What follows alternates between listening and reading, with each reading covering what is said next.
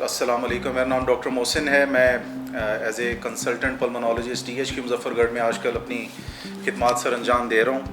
जो आज की अवेयरनेस सेशन जो है वो ऑक्सीजन से रिलेटेड है।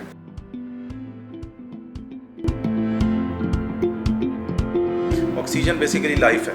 लाइफ का दूसरा नाम ऑक्सीजन है। ऑक्सीजन के बगैर आपको पता है गुजारा मुश्किल होता है। हमारे मरीज़ों में इसकी क्या इंपॉर्टेंस है? हमारे पास बहुत सारे ऐसे मरीज़ आते हैं हॉस्पिटल्स में जिन्हें ऑक्सीजन की ज़रूरत पड़ती है।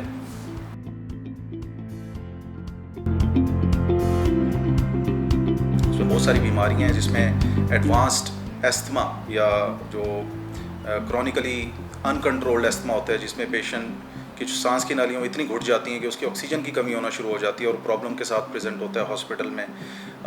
ये यूजुअली नॉन स्मोकर्स होते हैं। जो स्मोकर्स पेशेंट होते हैं उसमें जो बीमारी होती है वो COPD की बीमारी होती है। इसके अलावा भी बहुत सारी फेफड़ों की बीमारियाँ हैं जिसमें फेफड़ों की सख्ती का पैदा हो जाना, जिसे इंटरस्टिशियल लंग डिजीज़ कहते हैं, उसमें भी इसकी इंडिकेशन बनती है। या ख़ास तौर पे उस वक्त जब वो एक्सेसरबेशंस के साथ आते हैं, जब वो मामला उनका बिगड़ चुका होता है या कंट्रोल से बाहर हो चुका होता है।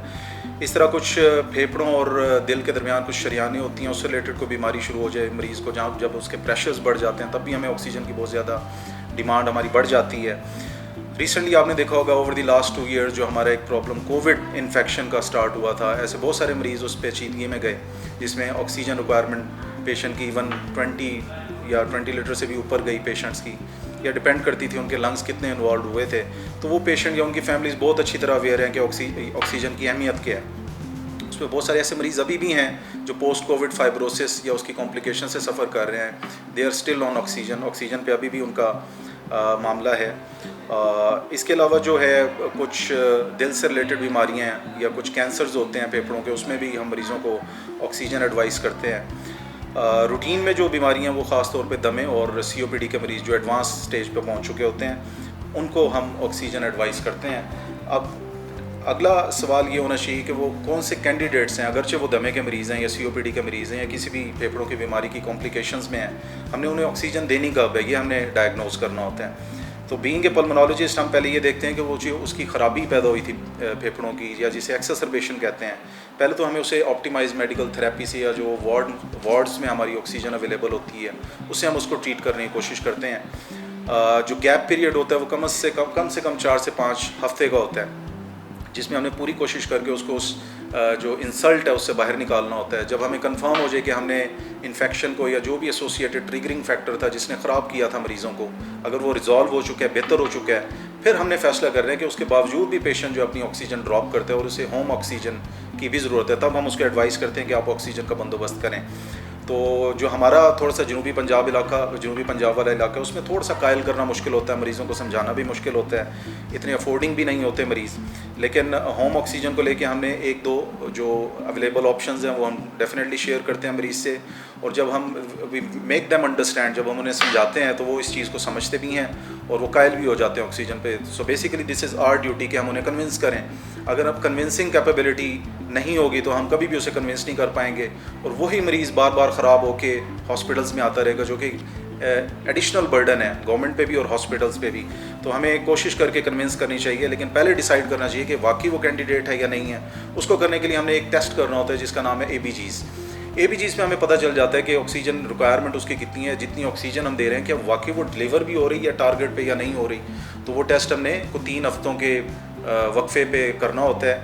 जब हम इंसल्ट से 5 हफ्ते निकल चुके होते हैं तो अगले जो 2 टेस्ट हैं ABGs के वो हमने 3 हफ्ते के वक्फे से करने होते हैं। अगर उस पर डिसाइड हो जाए कि ऑक्सीजन कैंडिडेट है तो फिर हम उसको उस मेथड को एडवाइस करते हैं जो उसने अपनाना होता है घर पे।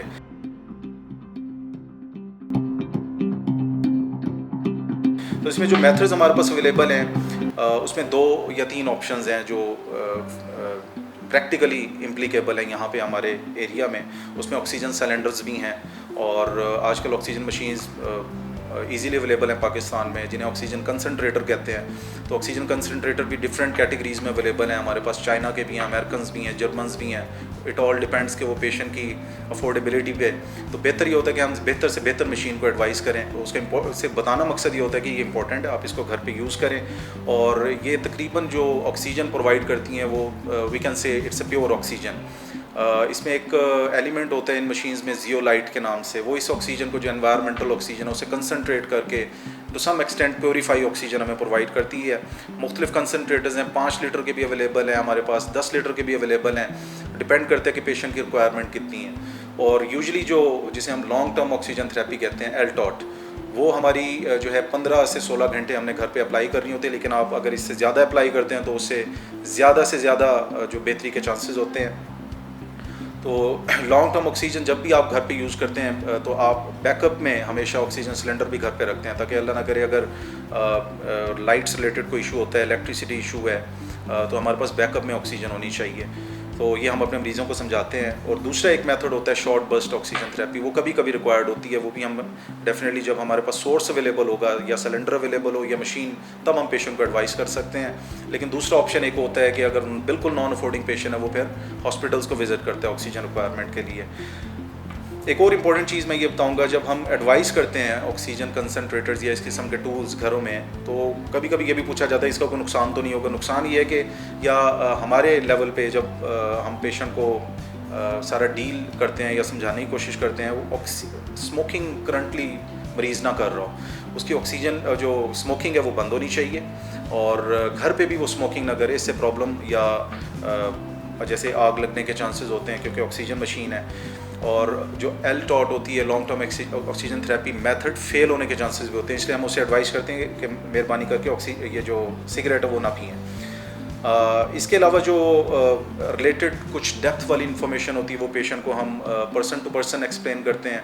ये वो बेसिक इन्फॉर्मेशन है जो मैं यूजुअली अपने पेशेंट्स को एडवाइस करता हूँ, और to some extent 80 to 90% cases में I am able enough to explain in a good way, और वो कन्विंस भी हो जाते हैं patient. And this is most important to let them know how oxygen important is for their life.